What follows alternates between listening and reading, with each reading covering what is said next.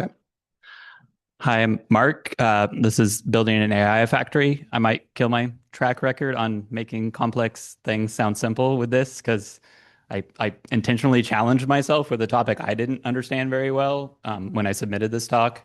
I have had a chance to get a little bit hands-on with some of this stuff in between. I'll talk about that in the talk. But AI factories are very much very far on the cutting edge. Even people doing a ton of AI assisted coding are very uncomfortable with the concept of an AI factory. So I just trying to make myself more comfortable with the concept. Part of the reason I submitted this talk. Um, who am I? I give a quick intro. I'm at Stanford WebCamp because I used to do a whole lot of stuff with Drupal. It's been a long time since I've done anything with Drupal. I did about 10 years in DevOps land, SRE, all of those infrastructure titles. Now I'm just an infrastructure engineer, which means I kind of get to work on anything I want as long as it touches AWS a little bit. And so that's I think I'm in my happy place now. Yeah, infrastructure for Drupal people is like a natural fit because you have to have so much infrastructure to run a Drupal site, like Apache search engines and like web hosts and local web hosts to run the team on. So anyway, it seems like a natural transition for me.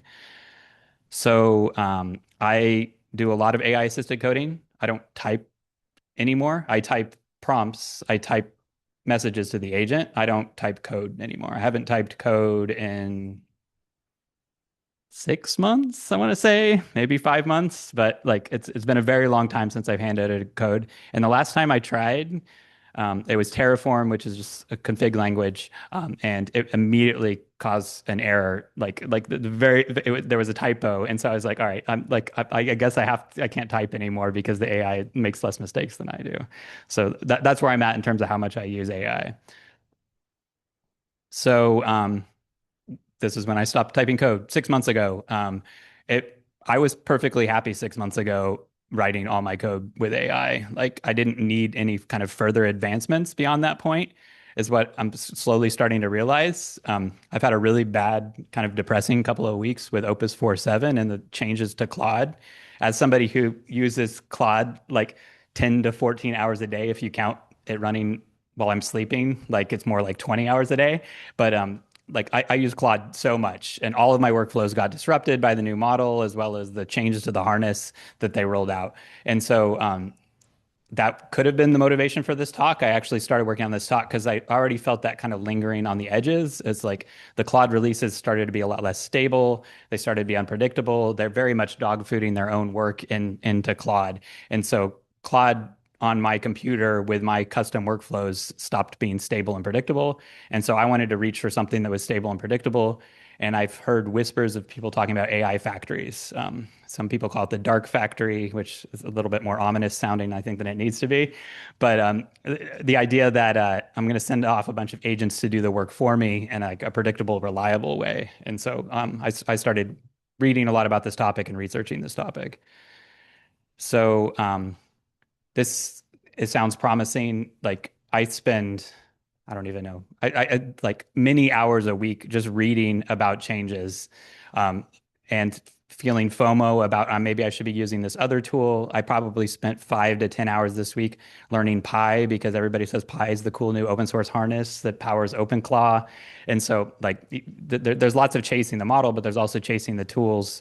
And the reality was like the premise I started with 6 months ago, AI coding was working. Like everybody tried it over Thanksgiving last year.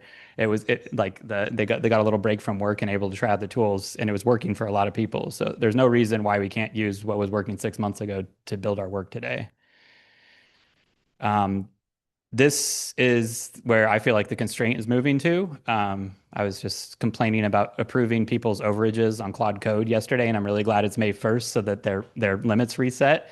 And like this is going to become as people get more comfortable with these tools, as they start producing a lot more work with these subscriptions, like the constraint is going to be that not just that subscription, but also the laptop. Like one constraint I'm feeling is my work laptop's overpowered. I can run 10 concurrent sessions on my work laptop. I can only run like 3 or 4 concurrent sessions on my like home PC that I do a lot of my other work on. And so that's like instantly a constraint, like in terms of how fast I can work, is if I only can do 3 or 4 sessions at once. And so that one, the 3 or 4 sessions on my home computer where I'm trying to actually build some like serious software in my spare time is where I really started to feel this constraint and thinking that maybe I could put these in the cloud. Maybe there's another way to do this. So this got me to the factory model. Like I didn't invent this. There's entire AI startups that work this way already, like that started from day one working this way. So I'm definitely reusing other people's architecture here.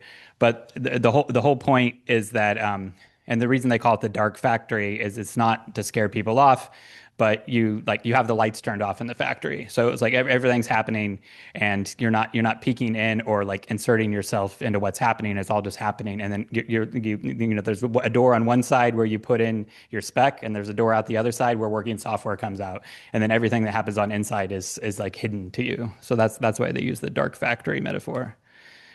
It gets your agents off the laptop so you can suddenly start scaling horizontally. I'm an infra guy, so I love scaling horizontally.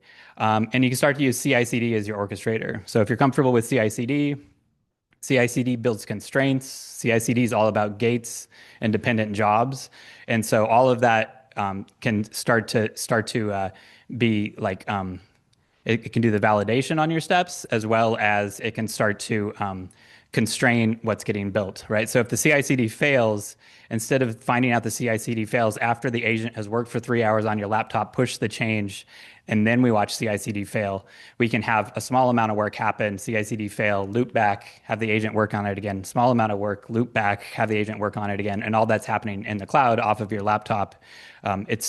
It's auditable, which is important, very important for a lot of companies that you can audit the work and prove how it was produced, but you're not hands-on. Like it's all happening like outside of your hands. You set it up first and then you let it run.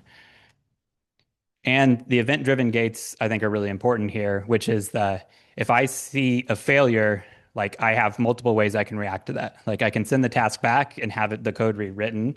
I can fail forward and like with the existing code that was written, but I have a decision point, right? When I hit an event-driven gate. When I'm working on my local laptop, I have a bunch of markdown that like nudges my local agent in the direction I want it to go when it sees a build failure or it sees a test failure. But a lot of times the local agent will just decide, you know what, I'm confident in this change. I'm going to push it with no tests. And it's entirely up to the agent and how it's feeling that day. Like Opus 4.7 is very moody. So like very, very moody. Like it's one of the things I like the least about Opus 4.7. And so it'll just decide to stop. And so a lot of these long running workflows just get interrupted. And so it'll skip steps, it'll stop.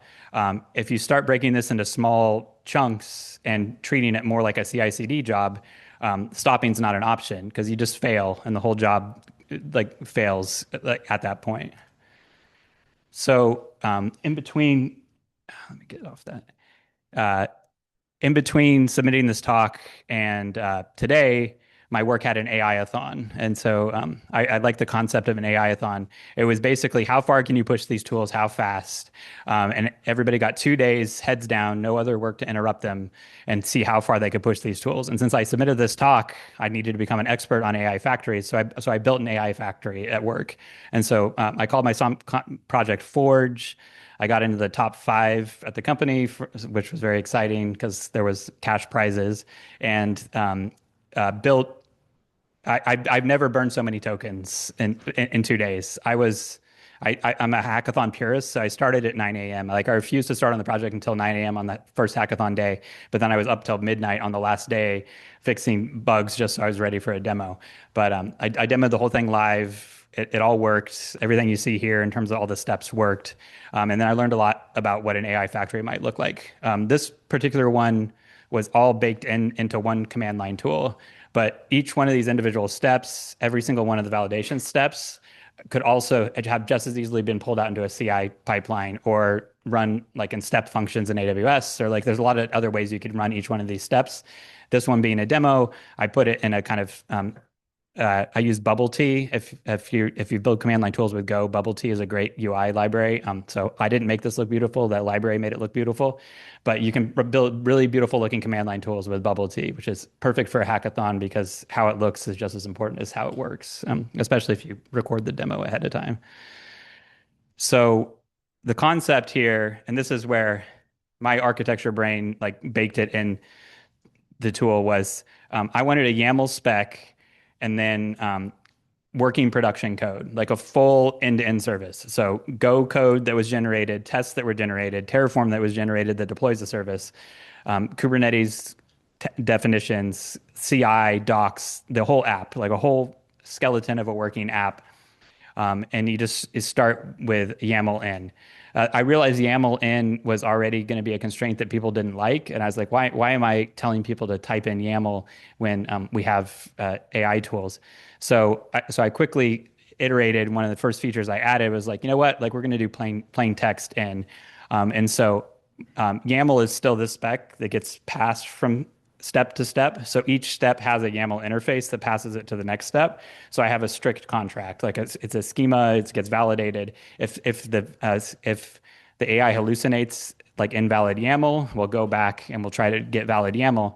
But rather than making the human understand that spec, it's just each subsequent step needs to understand the previous steps YAML, and we pass YAML step to step. So then we get a history of the job, right? So the very first one is I'm just typing plain text, but this plain text, we call this guy, what do we call him? The architect.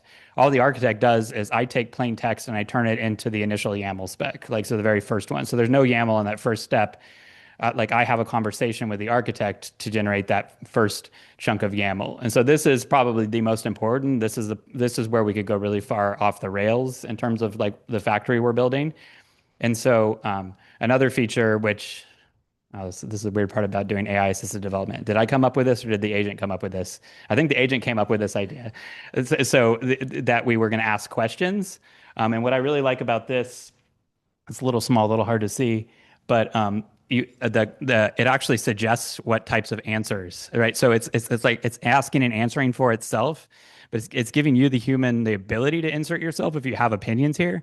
But if you don't have opinions here, it's also it's telling you the assumptions it's making, right? So it's listing assumptions and it's telling you the assumptions it's making.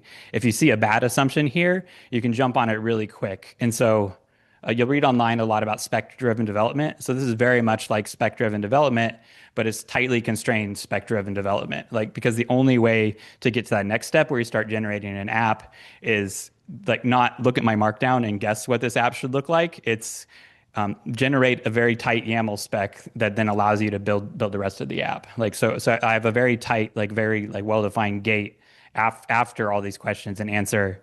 If I was going to iterate on this more, depends if anybody comes to me at work and wants me to iterate on this. I would probably make this question and answer instead of like constrained. I would make it like unlimited, right? Where you can keep going question and answer. Like you might spend 15 to 20 minutes back and forth with the agent until you fully have a fully spec, fully constrained app. Because I feel like this is the point where you're going to go like really far bad in one direction or the other. And so, and I think there's a lot more questions that could have been answered than the kind of three. And these are all AI generated questions as well too. So the possibilities are a little bit endless here in terms of how many questions it can answer and ask. And so that kicks off then the individual steps. Like I said, they don't have to all happen in the same command line tool, or this command line tool could just be an interface for something that's running in the cloud. But each step has the ability to complete. It has the ability to run its own validation to make it to the next step, so that we have like really clear steps. And then what the entire reason we're doing this is to get consistency. Because if you give 20 engineers Claude Code and tell them to build apps, like maybe they're going to look at existing examples in the current code base, maybe they won't. Like maybe they're going to do it in TypeScript, maybe they're going to do it in Go, maybe they're going to do it in Python because they read an article about Python that weekend. Like you get so much freedom when you're using these AI dev tools. So what I was thinking with something like this is like, how can we make these apps as similar to our existing apps as possible? Like I made a lot of assumptions that there were good patterns in the existing apps that we wanted to copy in terms of how I built this. But if you have really strong opinions about what you want your apps to look like, if you're in client services and you're doing a lot of the same repetitive stuff and you have some good patterns that you know work, then you can bake those patterns into the system. And so everybody gets that fun experience of like having a conversation with an agent, but the actual like output is very constrained. Like my system only builds Go apps. Like you're not allowed to use another programming language. It's just not optional. And so that allowed me to build a lot of constraints, but also a lot of Go specific validation in the application itself. And this is part that I think is getting more important. I'm using the API directly, so I can control my costs at each step. I can pass the model. You'll see this one down in the corner is running Sonnet.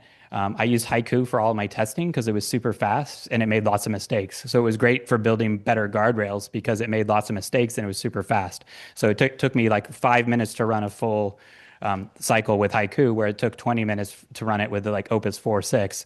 And so the 20 minutes was way too slow for me in testing. So then I was able to use a smaller model, but then that smaller model forced me to build lots of guardrails and constraints.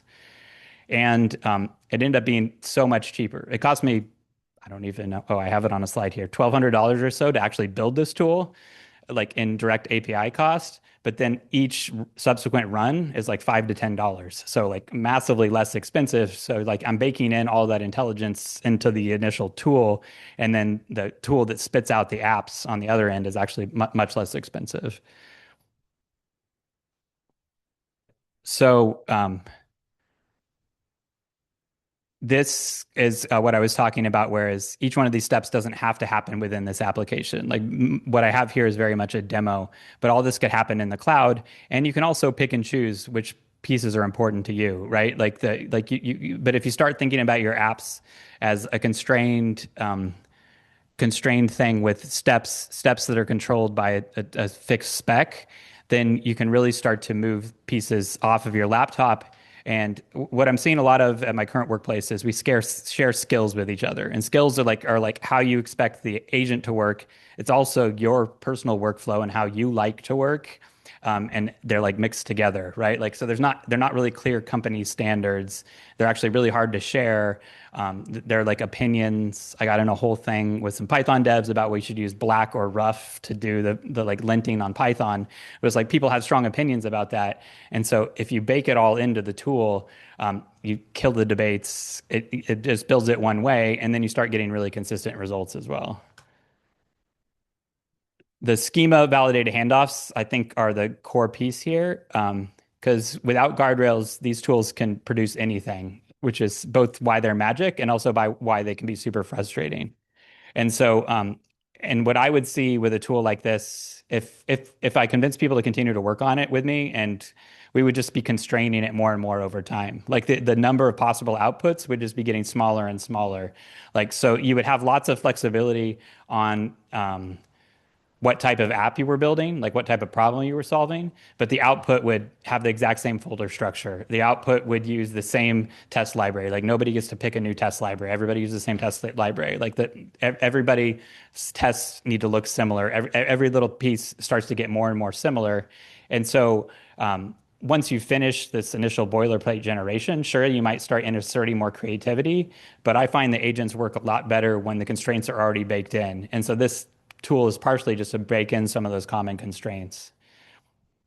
Self-healing is one of my favorite features here, which is that if it gets stuck on a step, this can be terrifying when you're like hooking up an API key to it, but it'll just keep trying. It'll keep looping. You can give it like 5 retries, 10 retries before the whole pipeline fails, but you can have it just keep looping. If any one of these steps is too hard for the model you're using, like I mentioned using Haiku, like if any one of these steps is too hard for the particular model you selected, you can get past that just by letting it continue to retry. And since you have fixed gates, like you actually have a fixed target for it to pass rather than like these tools love to lie to you. And so like just to make it to the next step. And it's like, it's very hard if you have an external validator that's outside of the generation, because then it just has to work towards the validator.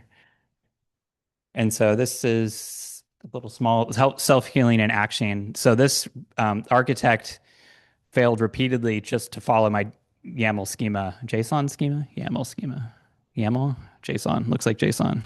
It failed to follow my JSON schema.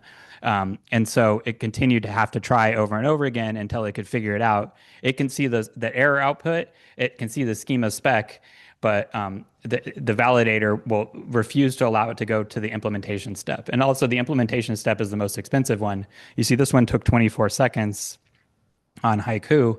So running this 10 times is nowhere near as bad as going to the implementation step. And the implementation step is where it's going to write piles of Go code. And so if I go into that with the wrong schema, there's no way that I'm going to get what I want in the next step. And so then I can retry over and over again on this step until I'm like ready to meet that next gate. This is the part I was talking about where everybody has opinions. And so this allows engineers to fight those opinions out and pull requests, right? Which is like if I think there should be a different linter in step three, then we can fight that out with each other in a pull request. But it's baked into the system. So as soon as I change the linter, then every app produced with this will use the exact same linter. And what it does is constrains like these systems have so many possibilities in terms of what they could generate. Sometimes they surprise you in pleasant ways, sometimes they surprise you in really unpleasant ways. And so the more you can constrain their choice, then the more you'll get consistent output out. Um, the whole harness is testable. You're building a very complex piece of software. I think my final count on this one was 16,000 lines of Go after 2 days, which is part of how you get to like $1,200 on of API usage. And so like the tool itself becomes very complex, and then what you're producing out of it. So this tool will always live on the test side, on the CI side. Like this is not a production tool. This is a tool that produces production apps.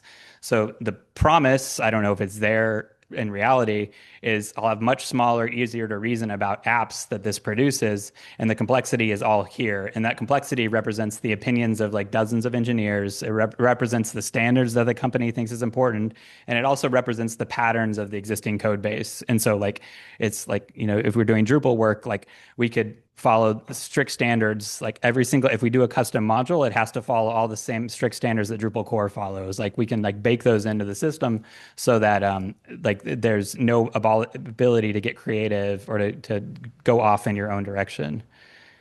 And it's testable. So like we can actually show someone like our test runs. Like a security team comes and talks to us about it. We say like, no, like I can prove that it did what it said it did. Like I have logs, I have tests, and like so the system is like can be tested itself. And we actually can see costs, and we see the costs in each step. Like right now, the costs to me in terms of trying to figure out what people are doing with Claude Code is at the end of the month, what's their usage number? Like that's like very impenetrable when they worked on 15 different projects over the course of that month. Like how do I tie like what piece cost what how much? How do I determine if it's a confused developer that's complete like stuck in chat asking tons of questions versus a super productive developer that actually produced like thousands of lines of working code? Like it's kind of impossible to tell at the end of the month. But with a system like this, it's like I can see like that failure I had on the JSON failure. If that happens 1,000 times a month or 10,000 times a month, like I'm wasting money. I can invest my energy into fixing that, and like all of a sudden that step will reliably pass every time, and then I have a better experience. And so cost tracking starts to become a little bit more realistic, and I'm not susceptible to Anthropic suddenly doubling their price because I know exactly which model is the smallest model I can reasonably use in each step. And maybe I'm going to swap in Quinn. Maybe I'm going to swap in a OpenAI model. Like maybe I can do some mixing and matching, so I'm not tied to one vendor and one vendor's price hikes as well. And you don't need a platform. Like all this happens. So there's a couple of people. I think Google just released at their big conference. They just released a bunch of agentic orchestration tools. You don't really need to go to a vendor to build this. Like you already have CI, well, GitHub is a little bit less reliable than we like these days, but like you have a place to run CI jobs. You have like a cloud provider, like you have places to run these things. And so you don't really need to have like to pay for some third-party agentic orchestrator if somebody's selling you that, because the pieces are actually quite small. Like people were doing this with Bash scripts, like that they looped like back before any of these tools really existed. People will talk about the Ralph loop, but all the Ralph loop does is says if does not complete loop again, and it just loops Claude over and over again. So it can be that simple. This is a much more complex example because it has like a bunch of dependency trees, but you don't need a third party tool to really manage those for you. It's pretty easy to manage it yourself. And this comes down to the 16,000 lines of code is I can make errors at scale now. Like if I can produce 15 services a day, like those services go from this straight to production, like that's a little bit terrifying because like one error in my system produces an error in 15 different like services that get generated. So like the discipline needs to be super strict on this. Like one of my biggest regrets on this project was telling the AI that we were working on a hackathon project because it very intentionally cut corners. And when we got towards the end and I started asking questions about why does this system not exist? Like, why is this not wired up? Like, why is this temporary? Why did you put a placeholder here? It's like, well, we're on a hackathon and we want to make sure that we have a demo ready. And like, I was prioritizing to having a demo ready versus building a production system. So I might actually have to start over and make sure it's very unclear that it's not for a hackathon, because there was a lot of corners cut, a lot of stuff just didn't work, and there was a lot of stuff that was like intentionally faked for the demo, where it looked like a couple of those steps I had didn't actually have anything wired up underneath them. It was entirely for show. And the AI was very happy to do stuff for show. Like so, yeah. If I built this again, I would say like use this as a spec to inform like building this from scratch in a really clean and clear way. And like here's the parts that didn't work well, and I'd probably start over with a fresh spec. Um, so yeah, so this comes the cost, which is the use your most expensive intelligence in the part that matters, the part that's going to like fan out to 15 or 20 different like applications you're building. And then you're using the cheap intelligence on the repetitive tasks, the stuff that has less value. It's like if you're building things that resemble each other or that you really want to resemble each other so that they're easier to maintain, like don't allow the creativity that's the last place you want is creativity on the like architecture on the build side. And so I built this with Opus 4.6 back in those great days before they broke the harness. I would not have been able to finish this with Opus 4.7. Like Opus 4.6 was great, and then with a lot of different config that I had built up over, like I've been using Claude Code pretty much exclusively for a year now, a yearish. It's only about a year old, and yeah, so the being able to use an expensive model to build something complex, and then having that complex thing use less expensive models to do the work, like I would see more and more of this happening. And this is why you should be paying attention to this. The subsidies are ending. Um, Copilot announced this week that they're going to go to usage-based pricing, which means that it's too expensive for them to pay $25 a month for unlimited usage or somewhat unlimited usage, like with caps. And so they're just going to start billing you directly for Copilot. I would imagine that Anthropic and OpenAI use this as their own like basis for doing the same thing. We will see, because right now it seems like collecting customers is their main goal, and so they might continue to subsidize it, but they're not going to subsidize it forever. Like if either one of these companies go public, I don't think shareholders are going to allow them to say like you're doing what, 100 to 1 subsidy. Like I have $100 a month Claude Code subscription at home. I track my what my estimated API usage would be, and these days I can get between $3,000 and $4,000 in API usage out of my $100 a month subscription. And so I don't think shareholders that catch wind of that are going to allow them to continue to operate that way. And inference costs money. You need very expensive GPUs. You need very expensive data centers. You have to build those data centers. Like you have to like or rent them, and both of those things cost money. And so like this isn't going to last forever. So I think everybody needs to start thinking about what's the smallest model that can do this task for me. Like what's the cheapest model that can do this task for me. What's the model I trust to repeatedly do this task for me? And to do that, to make those decisions, you need some data. And if you're doing it on your laptop and it's like purely on vibes, which is like, I think it did what I wanted. It's like I'm pretty sure it did what I wanted. Like, did it do better a month ago? Like, I'm not sure if it did better a month ago. Like, it's very vibes based if you're doing it all on your laptop.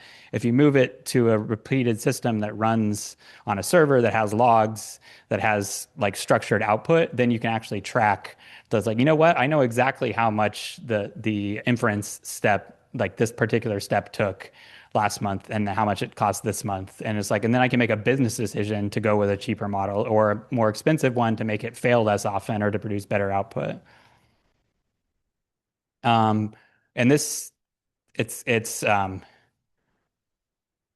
you can make it all a business decision. And that's part of the, I think the frustration right now, which is like that you hand a cloud subscription to a dev and you hope that they produce 10x work, but you don't have any way to measure what 10x means. And 10x more bugs, maybe not what you're looking for, right? Or like 100x more bugs, like might be what you're getting instead. Is like generating more code doesn't necessarily mean you're solving more business problems.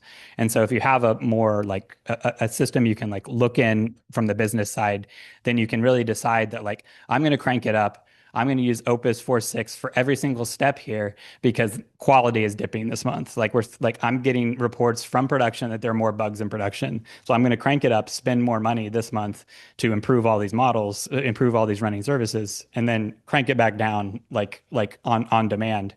Whereas if you're paying for subscription, you're paying for direct API usage, and you just have a bunch of engineers that are kind of hand waving their way through like it's like, sure, they closed some Jira tasks. Like, how much tech debt did they add with that Jira task? Like, it's really hard to measure. And so this type of system will allow you to measure it more directly.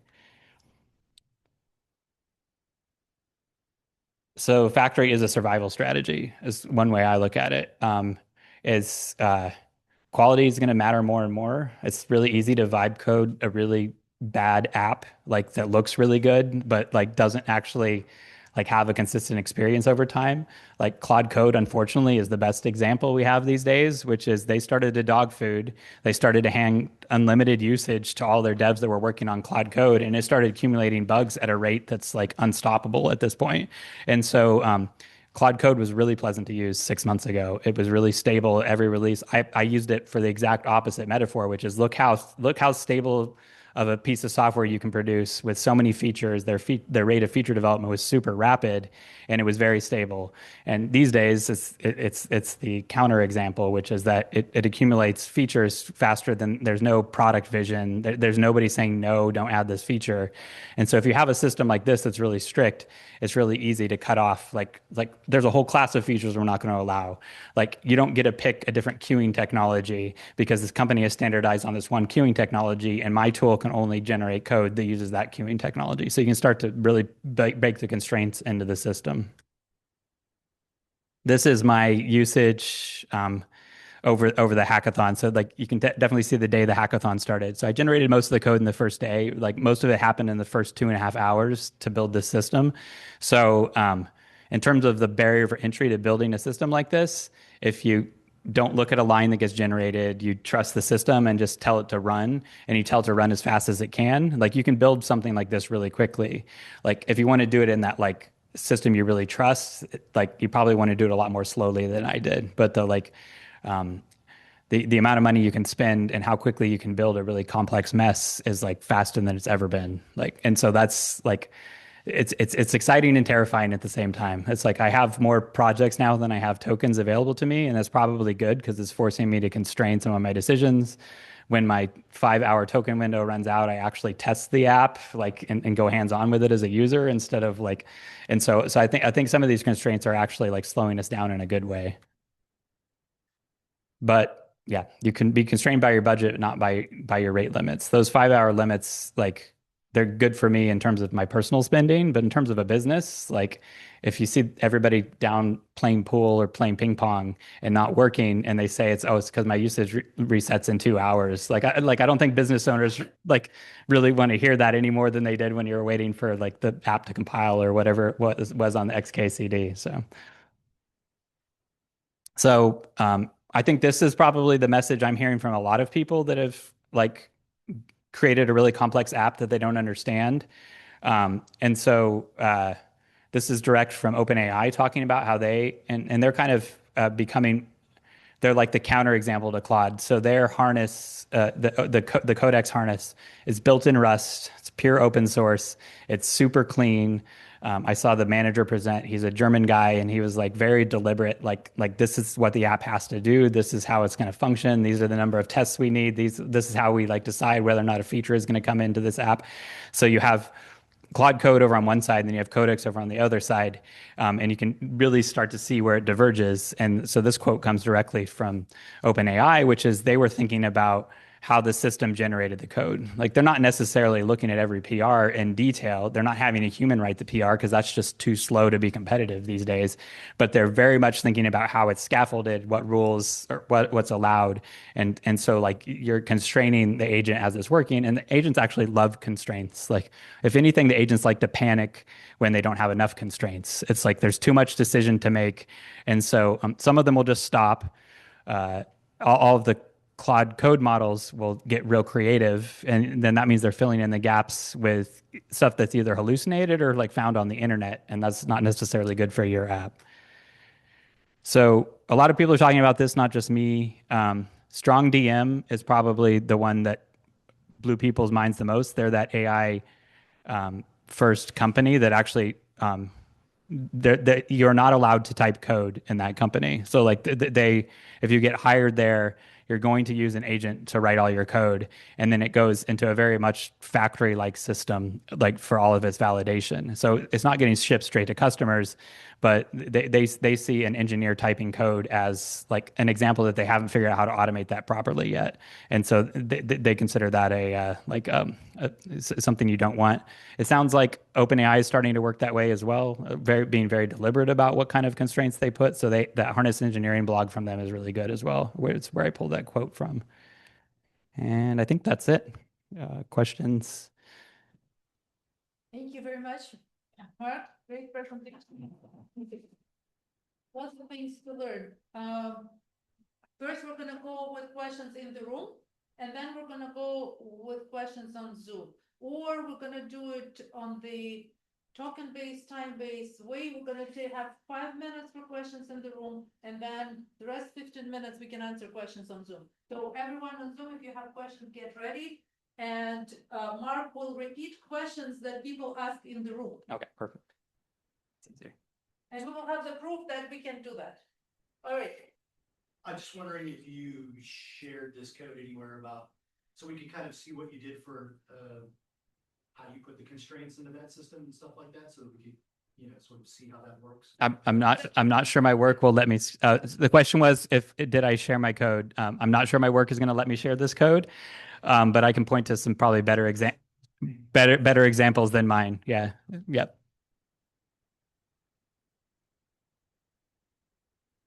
Yeah, have you, with 4.7, encountered similar issues as you, and have been setting the model to 4.5 instead? Are you doing similar, or are you just trying to use the latest one? The question was with similar issues with 4.7, am I downgrading the model? So at home, I downgraded Claude Code to the day before 4.7 was released in terms of the actual code itself on NPM. And then I selected 4.6 as the default model, which is the way I'd been operating with it before. And everything works perfectly. It was like stepping back in time. It was like so at work, I'm continuing to play with 4.7 just because I'm only going to be allowed to run 4.6 for as long as Anthropic allows me to run it. And so like I need to be ready for the future, even if I don't like it. And so, yeah. Okay, any more questions in the room?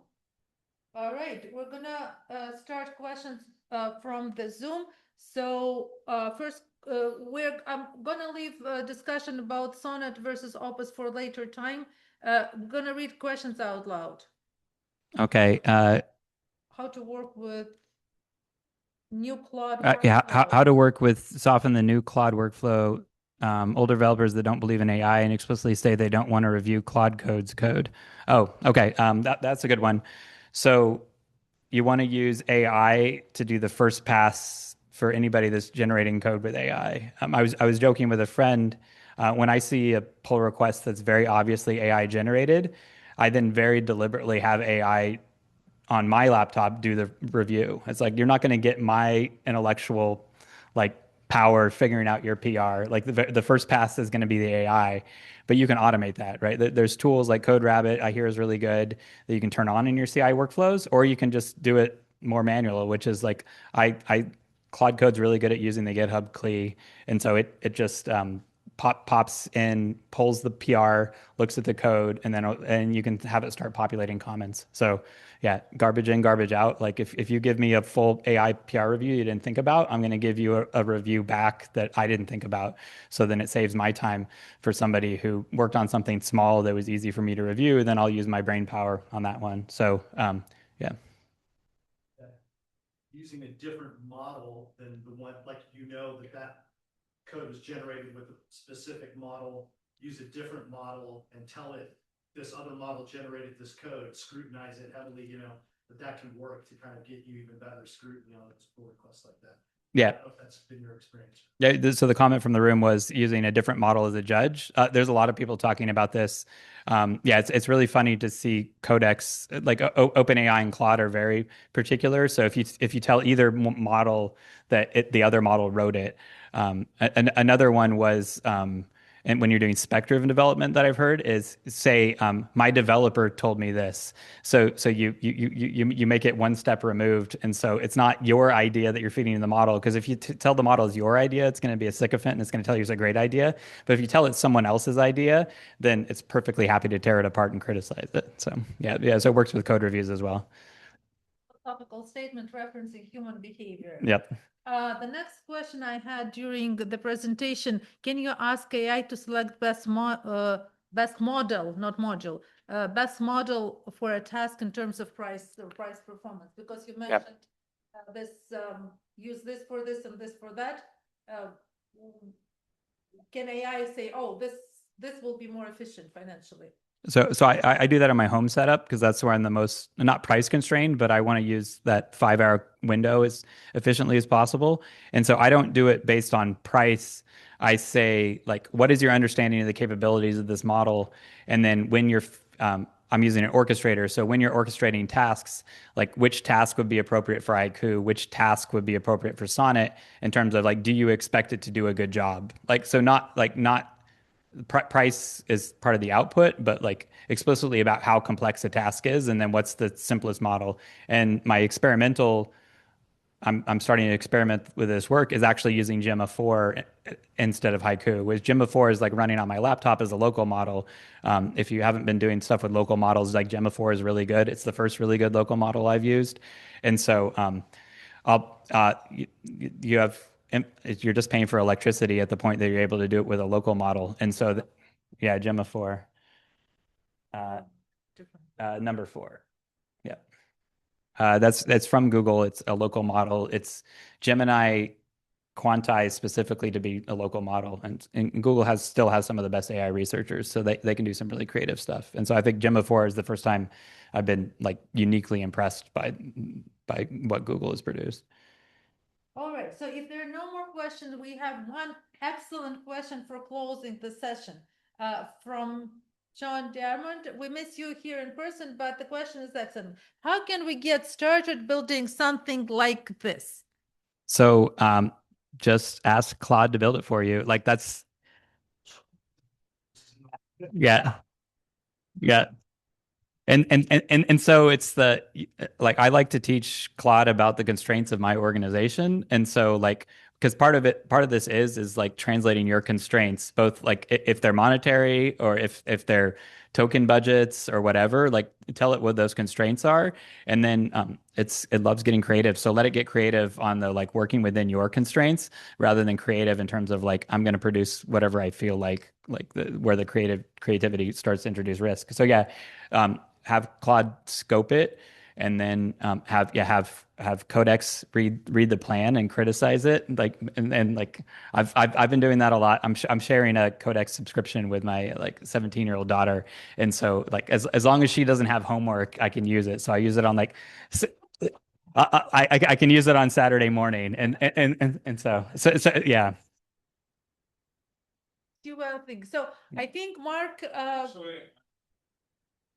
Mhm. With the factory and mapping to traditional development cycle, you have pre-production, say, environments, and then as part of CI/CD, and then you deploy to production. So you said that all the validation happens inside the factory. Mhm. How does it maps to potentially this pre-production staging environments where you run pre-production clusters and test your instance? Yeah. So the question was, how does this map to like staging tests like in different environments that you have normally in a software? So I, for my demo, intentionally had it deploy to a local cluster, which I feel like is so I was running a local Kubernetes cluster. Part of my demo was showing that the app actually could deploy into Kubernetes. It was crashing for my live demo, but that's live demos. But for me, it's local first, then test. Like for this kind of pure AI generated code, I would want a whole nother set of pipelines to kick off once it hit the test environment, because it's one thing to have a service running in isolation. It's another thing to have a service that's actually allowed to talk to the database, to talk to the other running services. So I would hit the brakes really hard on the test environment and then have a whole other gauntlet of validation that happens like once it's in the test environment, so that you're actually doing like true integration testing.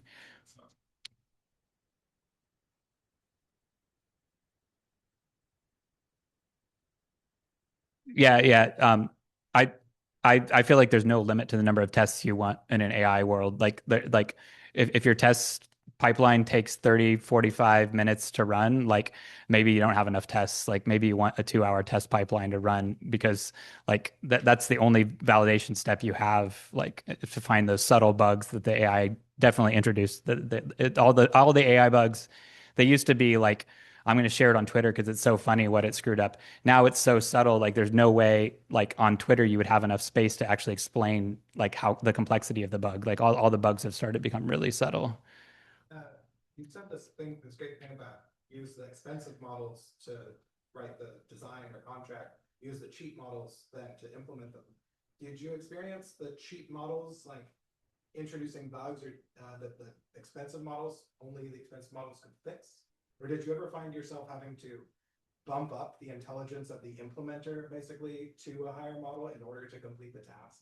Yeah, so the question was using the expensive models to do the guardrails and have the cheap models do the implementation. So I did all, Needing to jump yeah. in a cheap model. So I was constrained with a 5-minute demo or 10-minute demo window. And so that was a very artificial constraint. And so I was using Haiku hoping, but Haiku failed often enough on some of those steps where for the demo, I actually had to step it up to Sonnet. So I very much felt that pain, which is it would loop and it would eventually succeed. But once you start looping on a step, it's a minute, a minute, a minute. And so the full pipeline, when I started with a better model, would run like end to end, like without actually having to loop, because it passed the first gate. Yeah. Yep. Yep. All right, well, thank you very much. It's been a great session, Mark. Thank you. Sean, I hear that there is a question about the Forge and the app. I think that we might want to leave it to the